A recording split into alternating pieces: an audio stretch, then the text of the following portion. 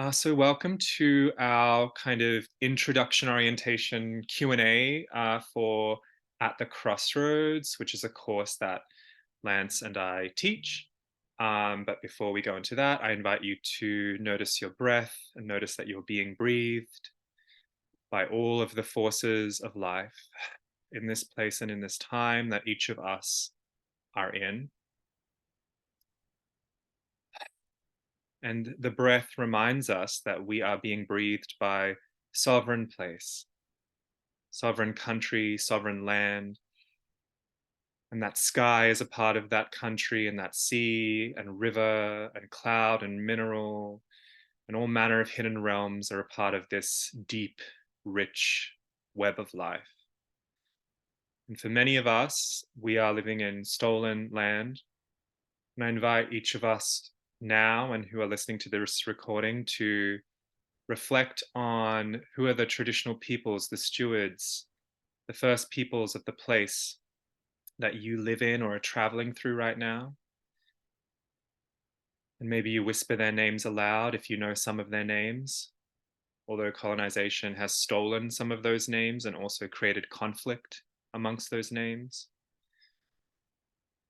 Remembering as well that colonization is not past, but is very present, and that First Nations people survive and resist, and in some cases thrive, and that all around the world to this day, there is resistance and dismantling of colonial and imperialist systems of coercion and control. So maybe with your breath, you gather up life force, you gather your attention, and you focus blessing and attention, and you pour that blessing and attention with the magical seal of the land, the people, the spirits, whatever they need, take this from this blessing. Whatever you need, take this from this blessing, because I can't determine for another what they need. So I just offer my blessing and attention.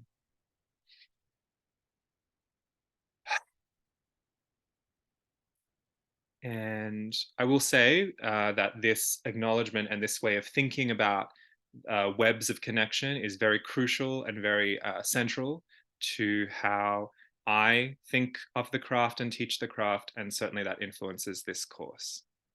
So we're now just going to introduce ourselves, and then we're going to kind of go back and forth a little on why we teach this course. This will be our third time teaching it together. And then there may be questions that come up.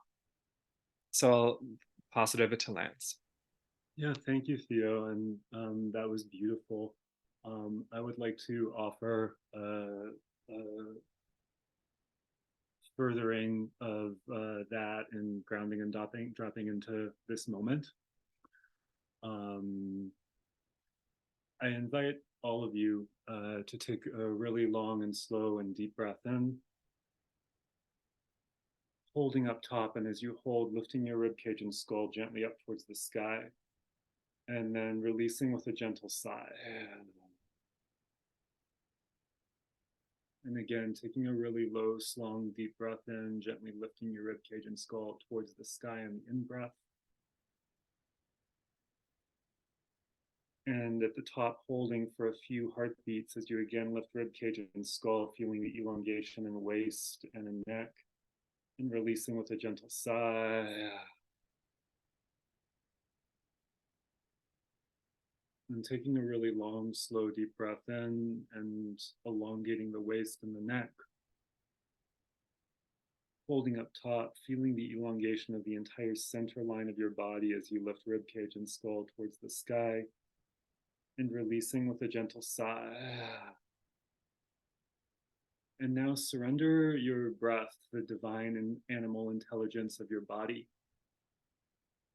And just observe the beginning, middle, and end of your in-breath and your out-breath and the natural pauses between the two without trying to manage or control your breath in any way.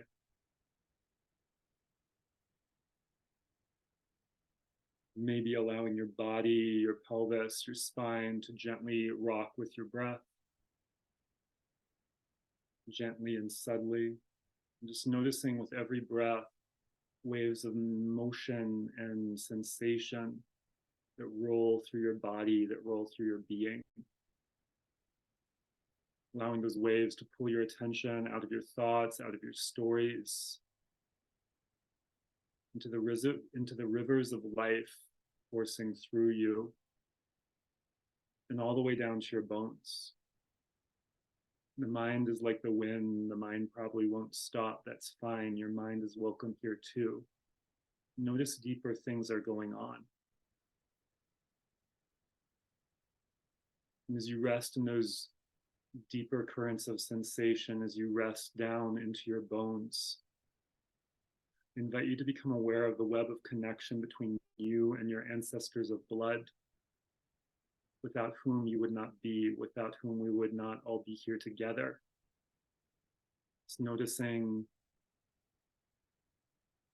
that connection, and that however far back they are, or however recent, you have ancestors of blood who are sound, whole, and healthy, who wished blessing upon their descendants and who were in a good way with their own ancestors. You had ancestors who carried their own ancestral traditions and who lived in harmony with the great web of life and of death.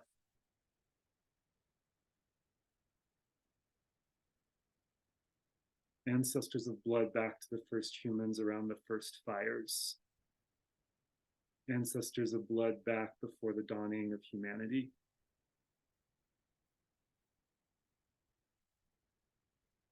Knowing and feeling that the iron in our blood is forged in the first generation of dying suns. These ancient stars as ancestors.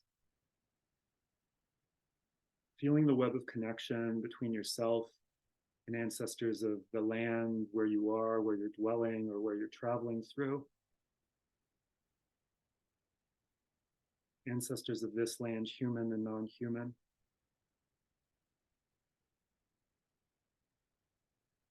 Certainly ancestors of the original inhabitants and caretakers of these lands.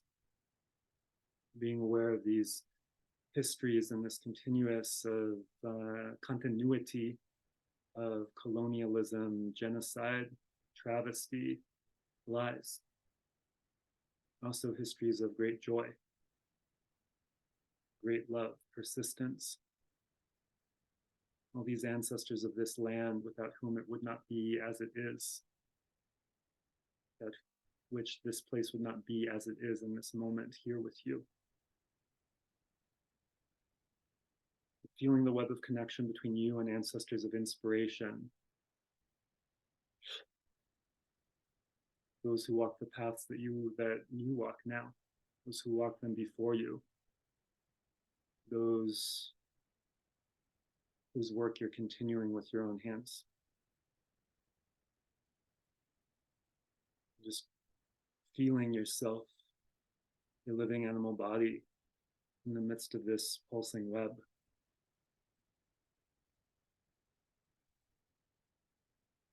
Feeling that your breath comes out warm because of your hot mammalian blood. Knowing that the green bloods, the plant people all around you are breathing in what we and the other red-blooded animals are breathing out. And that they're breathing in what we're breathing out. Just feeling this innate connection, the reality of it, the tangibility of it. Not an idea, not a metaphor, not a visualization, something very real. Knowing that all of your ancestors lived around these green bloods, and our ancestors evolved around them with them.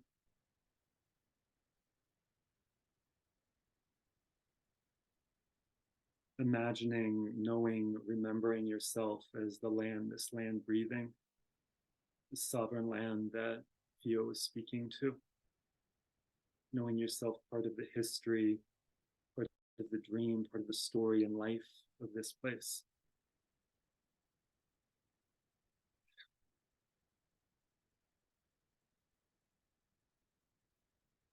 Feeling this web of connection, feeling this connected animal living body. Take a deep breath into all of this and hold. And release with a gentle sigh. And when you're ready on an inhalation, gently opening your eyes. You're just noticing what's grabbing your attention. After that, I wanted to thank you all for coming and thank everyone who's watching the recording. My name is Lance. Theo and I are both very passionate about this class. I was brought into my current path through a mystical experience that happened spontaneously when I was 13. And my first formal initiation into the craft happened when I was 20, in the month of May, in my sophomore year in college. And my path has involved initiation into 4 witchcraft traditions or houses, and as well as being kissed and caressed by some other traditions and other teachings along the way, and the prodding of my own familiar and helping spirits. When Theo and I were talking about this class, something that we desired was something that could be introduction, so that people who were newer to the craft, to ecstatic and traditional forms of witchcraft, something that would be a really solid foundation, something that we would have loved to have encountered when we were first striking out, and simultaneously something that would also be juicy for us now. So something that would be rich for both newer practitioners and for people that were really well seasoned and do both. And one of the things that leapt out to us is a course focused on deepening into relationship with familiar spirits, and then sorceress collaboration with familiar spirits. And that's what this course is. It's not focused on like seasonal celebrations or other things that are sometimes associated with the modern craft movement. Ultimately, it's about dropping into those relationships and then exploring what's possible sorcerously through them, through being in those relationships. In my understanding of witchcraft is that magic is as old as dirt, and magic involves collaborations of human beings with spirits, with a world filled with spirits, and that there was not a culture at any place in the planet on any continent that didn't recognize spirits. And in every culture, some people are interacting with those beings in really direct, visceral ways, so they're understood to affect everyone. And this is the root of magical practice, and leads to many religions as well.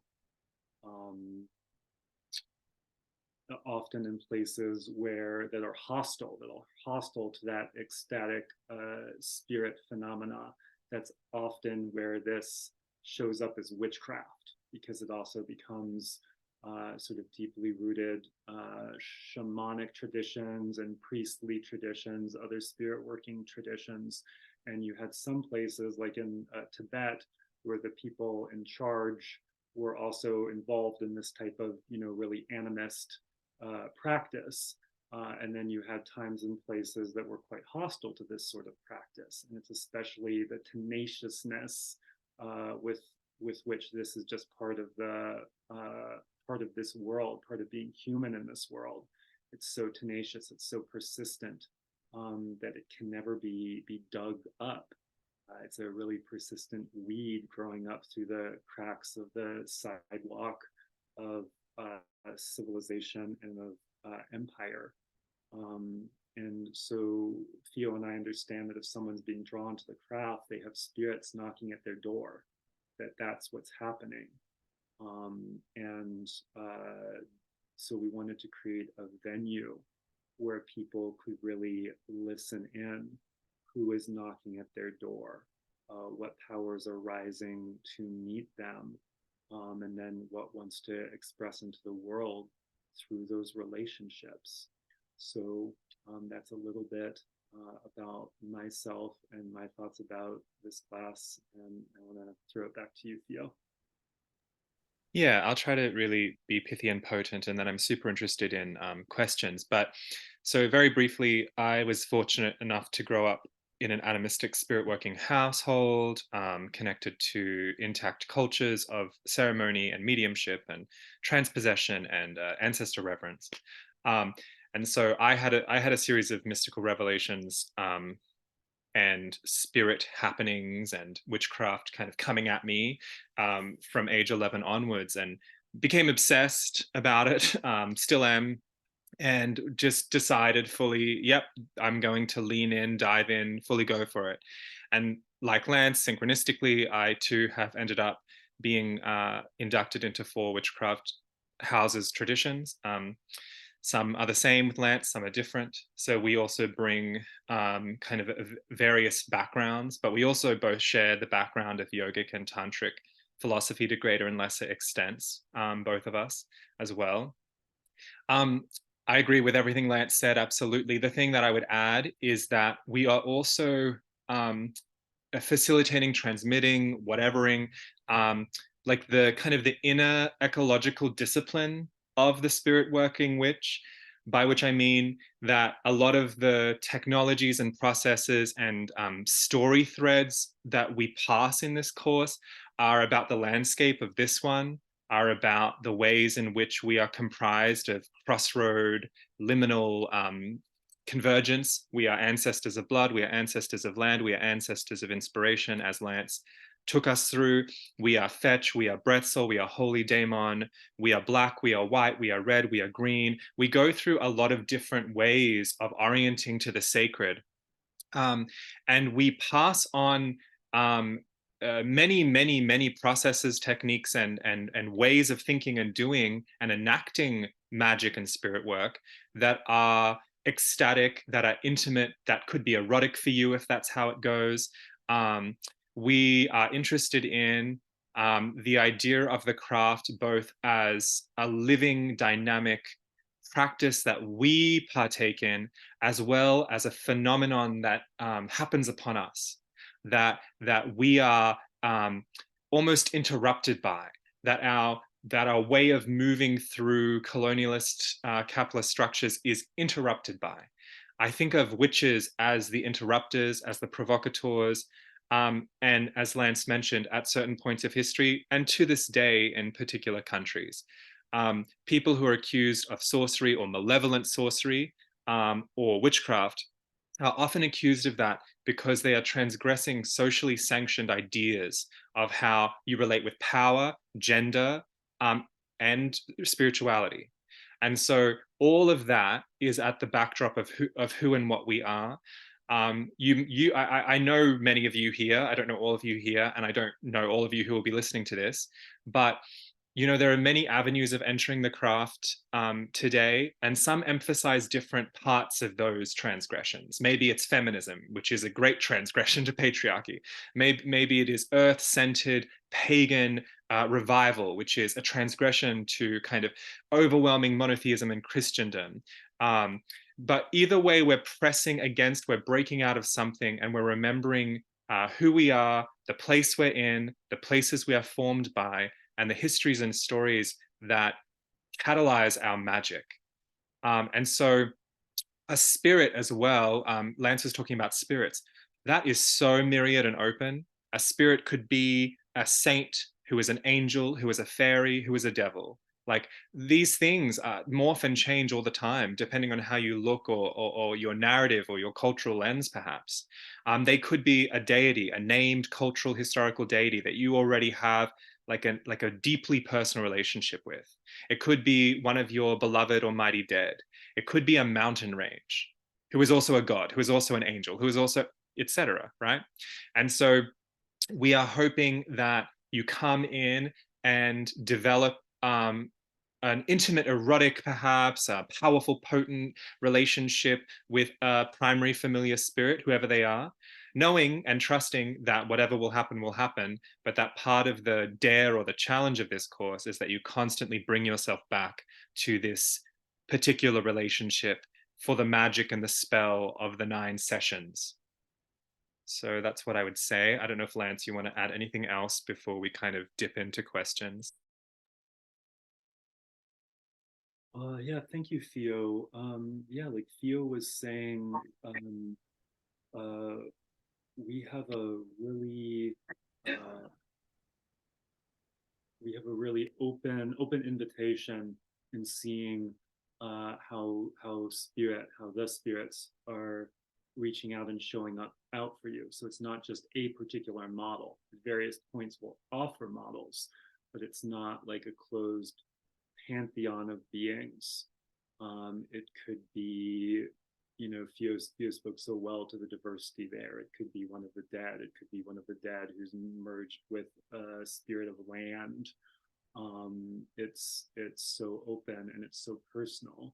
And it's why I think this class also has something of value to people who are, deep within the craft, maybe in a particular tradition, but they may have spirits knocking at their door who are different from the spirits that their particular tradition speaks to and engages in.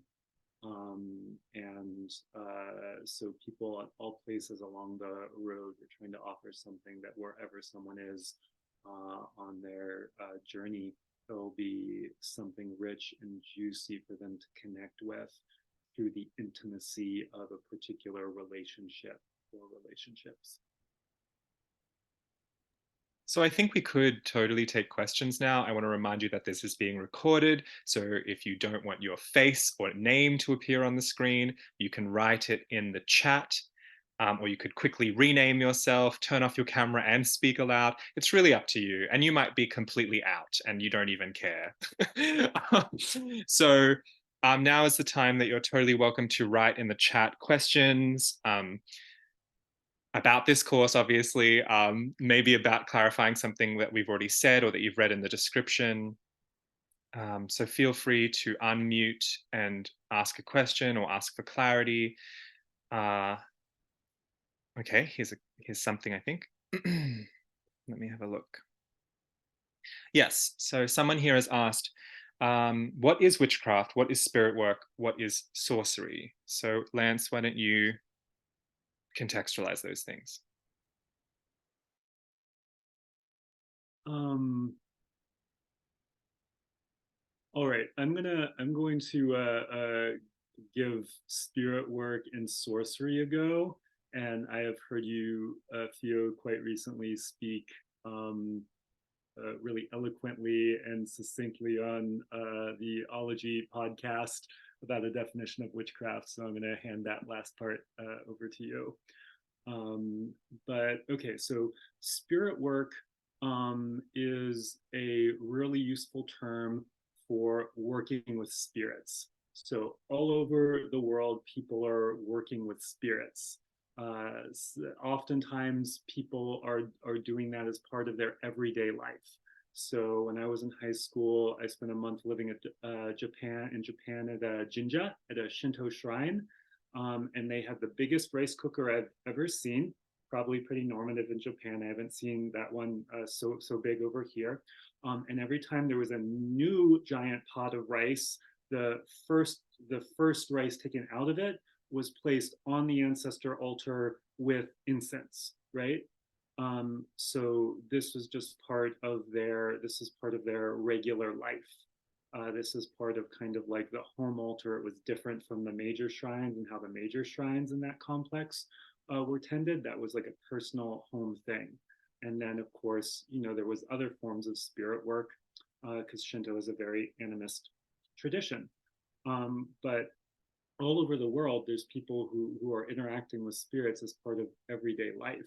And then often there's people who are sometimes professionals or have priest roles and are sometimes offering magical intervention. In the West, anthropologists popularized the term shamanic and kind of made a universalization of the Russian term shaman that sometimes, downplayed differences between cultures and is now being critiqued, especially as sometimes just broadly out of its original context, and sometimes with particular eye towards neo or sort of new age practices around that. But because people started banding the word shamanic around, and sometimes that was really different from its original context, spirit work is also for that reason a really useful term because it's quite literal. If someone's working with spirits, then that's spirit work. What they're working with spirits for, well, that runs the whole gamut of human desire, right? Because sometimes people are working with spirits towards spiritual or intangible ends. And sometimes it's like for healing, sometimes it's for love, sometimes it's for money. People work with spirits to do everything. So that's spirit work. Sorcery often involves elements of materia. So it could be plants, it could be parts of animals, it could be metals or stones, often in folk magic traditions, things that you might come across in everyday life, a railroad spike, some broken glass, a bottle, a candle, and the way you're working with those things. And some of those things may also be spirits into themselves. So, like a stone is a spirit, or a plant, if you're working with plants, that's part of the body of a being that is part of the spirit. You're including a spirit within that. And then in the working, this may be a way that you're collaborating with another being or other beings as well to create a demonstrable outcome. You're working for a particular outcome. And those technologies of working with materia, working with objects purposed for the end of magic, towards particular magical ends, are what we're talking about with sorcery. And so there's elements in this class that are kind of technological, where we're passing on sort of technologies of working with spirits related to witchcraft. Now, witchcraft, I'm going to throw over to Theo. Thank you, Lance. Thank you. Look, a witch is a spirit worker. A witch is necessarily a sorcerer. And of course, this is my own perspective and experience, and I'm deeply, deeply influenced by the study of folklore and history. Maybe a little bit more than someone who is saying a witch is a particular religious identifier. But essentially, I've come to the point where a witch for me is any person of any culture who is practicing or enacting or having happen a transgressive, ecstatic, intimate spirit working phenomenon in which they are perhaps even accused of it, or they privately feel that they are a part of it. The word witch may never even come into play, and obviously we need that kind of that is kind of colliding with kind of modern day sensibilities and sensitivities around personal self-determination, which is so true and something we need to hold. But at the same time, witchcraft is historically a phenomenon in which the person is having trance ecstatic states that take them into the other world or the inner world or the underworld or the upper world, and they are being kind of changed and transformed, and therefore are able to change and transform. And so this is a big part of the craft. The craft is about changing and transforming, but it's also about being what my friend Lee Morgan calls a potentially active fate. So that you are someone who is able to enact the agency of the divine, of the weird, of the mystery, and we are partaking in the ever unfolding, ever transforming reality. In a Christian kind of Protestant idea, everything's established. God has already created everything. How dare you offend the order of God? But in the witches' cosmology, often it's that we are God herself. We are Grandmother Weaver. We could be active fates. We are in some ways spirits. And this is kind of where people become confronted um, socially, religiously, culturally by witches.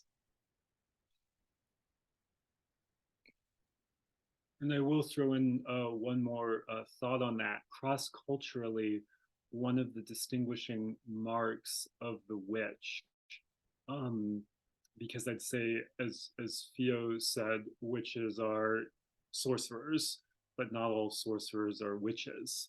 A witch is frequently someone who can act as a spirit, who can do things that like a dead person does while still alive, or that other sorts of spirits can do while still alive.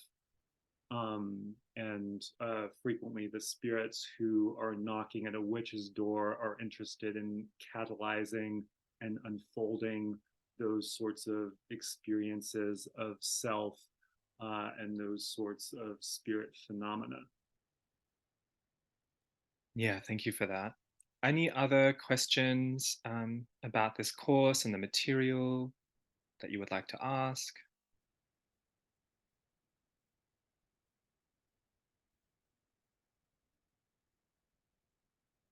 There's the chat box. Oh, here's one.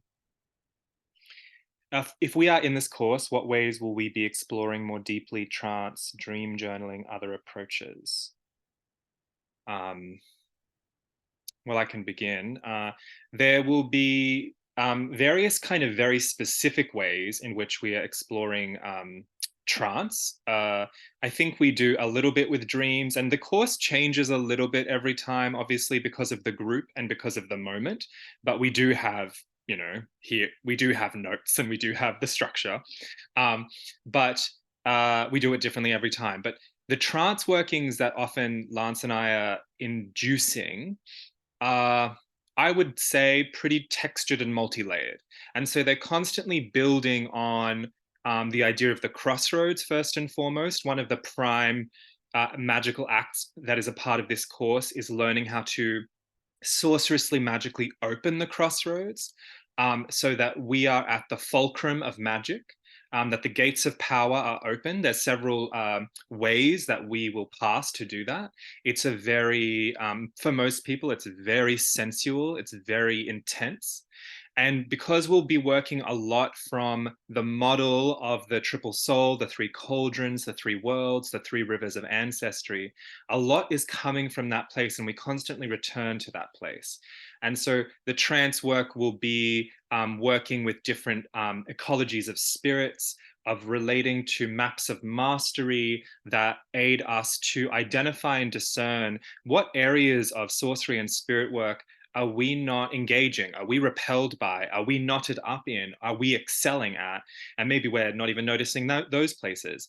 And through this work, we're able to kind of aspire and deepen and discern the way forward on the crooked road, which is a way of talking poetically about the witch's path. And we are able to work with the spirits to test reality for us. So we sometimes even develop cues and ways of doing things where we ask a spirit to pass certain signs in the outer world, in our dream world, that something is happening, that something is working. We are also interested in kind of like the laboratory style of witching, where we are asking for responses. We are asking for visceral kind of discernible things happening so that we can track and trace and actively enter these relationships in a more, I don't know, like maybe trusting or fully leaning in kind of way. I would say there's two different ways that I think about this. Because on the one hand, I could say that a majority of what we're doing is about trance states, except I don't, sometimes, often languaging, I don't always like talking about trance states because really what it's about is relationship. It's about relating with an other, with a non human other.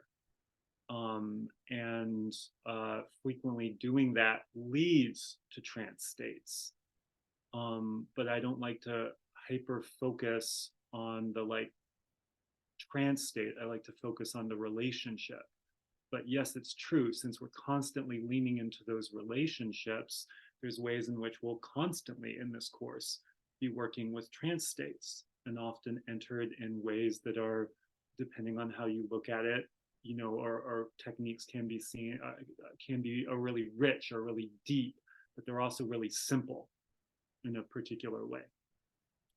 And there's ways, just like at the beginning, things we did at the very beginning of this call, we're accessing a living, interactive, animistic, animate living world with this work. Like I led towards the beginning, can you just feel?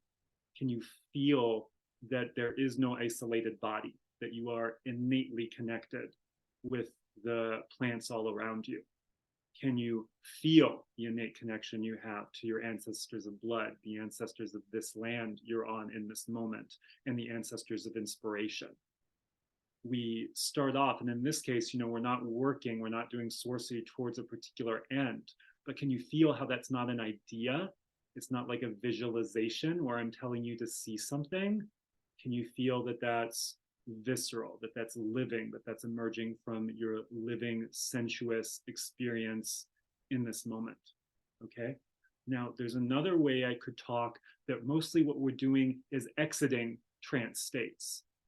There's ways in which I'd say for most of human civilization, people have had this as a really visceral experience. Normal people, not just like spirit workers in their culture, but normal people were immersed in this animistic experience of a living, interactive, relational, spirit filled world. And that we have been entranced through the cultural impacts of monotheisms, from materialisms, by capitalism, by industrialism, these views in which like things become objects, in which we have like a world of objects where worth only comes from how it can be of utility for a human being. And that all of these, as well as the language we shape, all shape perception, and so are essentially creating trance states so that people think like I'm just normal, I just am the way I am, but their baseline for normal is immersed in that trance state. And so there's ways I could say actually what we're doing is interrupting trance states. When Theo mentioned witchcraft as interruption, we are interrupting these trance states so that something really true, really deep, really old, really potent, that is alive, that is desirous of expression can manifest. Thank you. And I'm aware that we mainly focused on trance. We don't like overtly focus a lot on dream work, but journaling does come up. It is often, you know, often when I'm kind of leading anything, this probably is deeply influenced by my reclaiming training. I'm always like, you may want to draw or write or think or just be for 10 minutes. And so that, you know, that comes up a lot. And there's a lot of room for people to just kind of, you know, self-determine what they're going to do with their that kind of intense rest time as we move through the 2 hour session. Because we are hoping in that 2 hours to transmit quite a lot. Um, and the whole, You know, so I will say for me, I don't know if this is true for Lance. I often think of this course as having the 9 knots of the witch's ladder. And so I think of every time that we converge as not just, oh, let's sign on to Zoom and let's have some experiences and let's learn some stuff and let's journal or whatever, which is all wonderful. But that each knot, and maybe you want to do this if you take this course, each knot that you tie into your witch's ladder or your witch's cord is actually a part of a greater spell. I think of and feel that all of the workshops, intensives, classes that I'm helping to facilitate, that they are all magical workings, that they are all sorcerous workings. And so that when we emerge from them, we are deeply shifted, we are deeply changed. And I think of every trance working as a spell.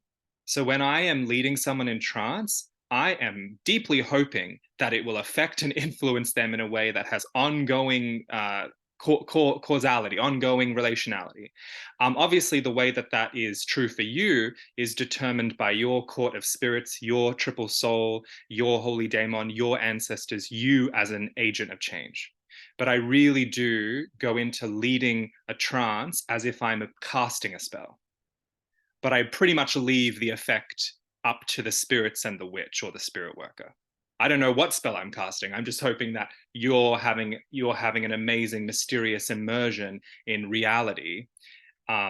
Yes, absolutely. And I do think, as someone just said there, that we are interrupting those cultural spells and hexes, that we are unveiling these illusions.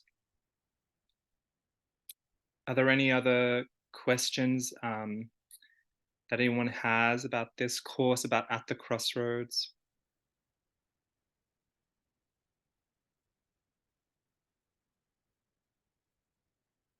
Or anything, Lance, that you feel like you're like, oh, this thing that I want to say about this course? Yeah, I loved what you said, Fiona, about each of the offerings we make during sessions as a spell.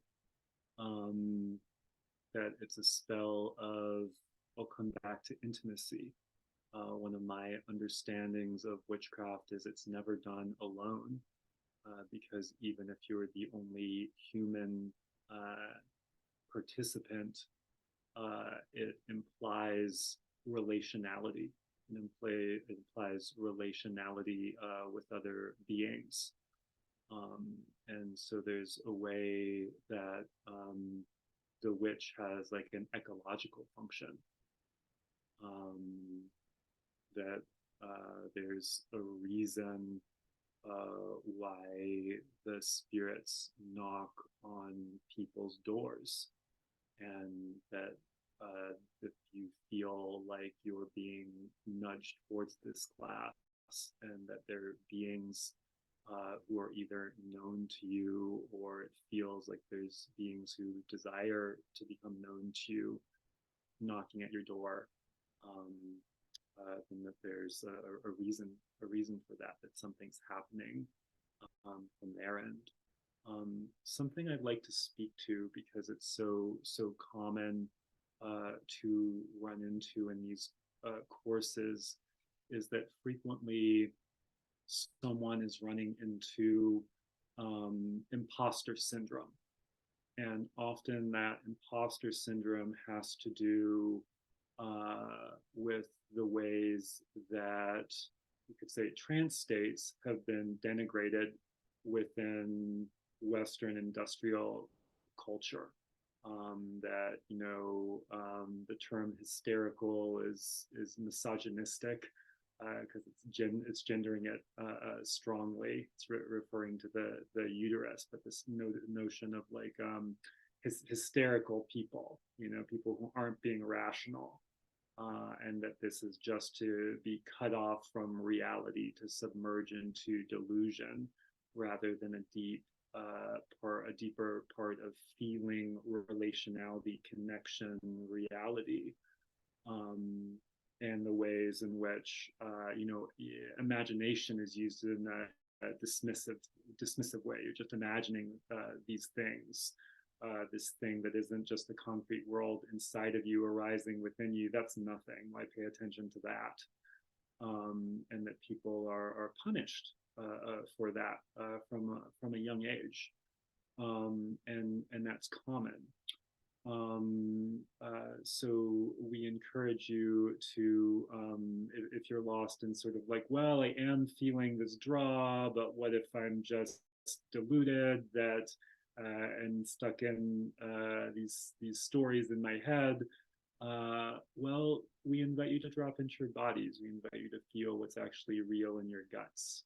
And if you're feeling strongly like this feels like in my guts, I'm being tugged towards this, then if I was to hear that and be asked, then I would tell someone that sounds to me like spirits drawing them to it. I'm also aware that there's always the question of cost and financial exchange. Obviously, I think both Lance and I are absolutely feel in right relationship with charging for our time, labor, effort, and expertise. But we always have solidarity spaces. Both are currently taken, and these are completely cost-free spaces for folks experiencing financial hardship because of marginalization and persecution and oppression in society. And as well as this, we're both open to payment plans, obviously, always. And we have sliding scales as well. And the reason sliding scales exist is, in my mind, is because there are financially privileged people in communities, and then there are also financially underprivileged people. And so there are people who can pay at the top end, and there are people who must pay at the bottom end. And this is always welcome. I often have people going, "Oh, I can't really afford to pay at the top end. Can I pay at the bottom end?" And I always say, "Oh, absolutely, please pay at the bottom end, absolutely, please have a payment plan." And I like to be clear about that. Like, absolutely email us about these things. I don't know if this is true in this course necessarily because I have a co-teacher, but often I want to say as well that I take trade for my other courses sometimes. I have some of the most beautiful art in my house because I've said, yes, do paint me that, please, and have this course. And I know other people who are like, oh, I really need someone to help me in the garden. I'm not able-bodied enough anymore. And someone helps them in the garden. Like, a lot of these public courses, yes, they are woven of the blood, sweat, and tears of private initiatory magic in our lives. And in many ways, I am trying to distill kind of the best. I'm like really going, here's the best, take it. And all you are obliged to relationally are your own spirits, is the material itself and how it changes your life. We're not extracting oaths. We're not, all of the things that happen in initiatory witchcraft traditions. We're saying you are obliged only to your spirits and to your practice. Here is the best of what we can distill and offer. And we are facilitating it in a way that hopefully is strong and accessible for you, that you can integrate this and work with it in your life. And also, yeah, come if you want, don't come if you don't want. Like, it's just so, here is an offering, and here are the parameters. It's all transparent. Ask questions. That's kind of the whole point of these things in a way. Yeah, I'd jump in to say that this course is not training in any of the traditions in which Theo or I am initiated. Our public teaching is different from our private teaching within those traditions. But our understanding of witchcraft is shaped by the entirety of our experience, and certainly on those courses of study within initiatory traditions and witch houses. And that one of the reasons we offer this is not everyone is being called to particular traditions, but can still benefit from the guidance of a more experienced practitioner or just another practitioner, because sometimes we have students who have been involved for a very long time, to relate sometimes to spirits, because as I alluded to earlier, sometimes someone's deeply experienced within a tradition, but maybe they have the dead, or maybe they have some land spirit strongly knocking at their door, and maybe the tradition they're a part of doesn't speak to that very heavily, or they need more around it. They want more of it. They desire more around that. And so for these kind of public offerings to make it feasible for Theo and myself, we do this work professionally. So there's a charge for the course. There's a sliding scale. There is a payment plans as needed. Reach out if you desire a payment plan. And sometimes we do trade. It just needs the enthusiastic consent of everyone involved that yes, this feels equitable to all of us. But as long as we're able to find that in a sincere way, there are many options, and we want people who are feeling strongly called to this work to have it accessible to them. So thank you so much. I'm realizing we're nearly at an hour. And the other thing I would just add is that we are offering a discount for people who are taking it for the second time. I can't currently recall. Do you recall, Lance, what that is? I think that looks like $175 US and Yeah, more. and whatever that is in Australian. Yeah. Um, So yes, we're excited to have you. It's our third one, so you know a lot of witches we like threes. So I'm particularly like, oh yes, number three, this is great.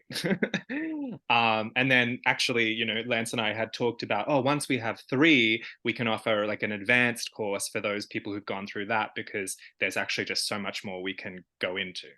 But this course has been peopled by folks who are completely new to the idea of witchcraft to people who are like 40, 50 years in. Um, and what I also love is how much I can notice everyone is learning from each other. And usually there is well, there will be a Facebook group. I know not everyone's on Facebook and that's okay, but there is a Facebook private group. And often those discussions on those groups are so rich for this course. And people are forming beautiful friendships left, right, and center. And it's just gorgeous to watch it unfold. Something I'd like to say about the course that isn't a written description, but I'd like to throw it out here, is the interactive element is key and central to this course. So we do have 9 2-hour sessions, so 18 hours of class time. And it's best if people can make it to as many of the live classes as possible, but they'll also be recorded and be available for you for the length of the course and a month after.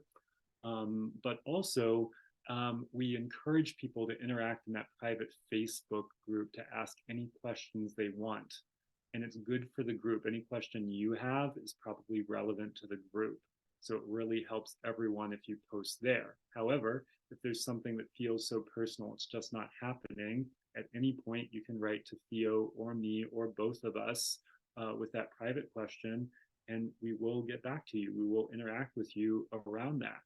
Because a lot of the juice will happen in what in your own work between the classes, and the way you engage with these practices and engage with these spirit relationships. Also, part of this course is an hour-long mentoring session with either Theo or myself. And again, that's core to this work because it gives you a chance to interact for what's arising for you in a really personal way. And I've seen people have big breakthroughs with that, because sometimes people can be sort of stuck in a place that it's not that something huge has to happen to get them past it. Sometimes it's just a different pair of eyes with either more experience or a different set of experience. So thank you so much, lovely ones. We hope to see you if it's your fate. Blessings to our ancestors and to the spirits of the land and all our familiar spirits. Peace, praise, and power to them all. Mwah. Bye, sweeties.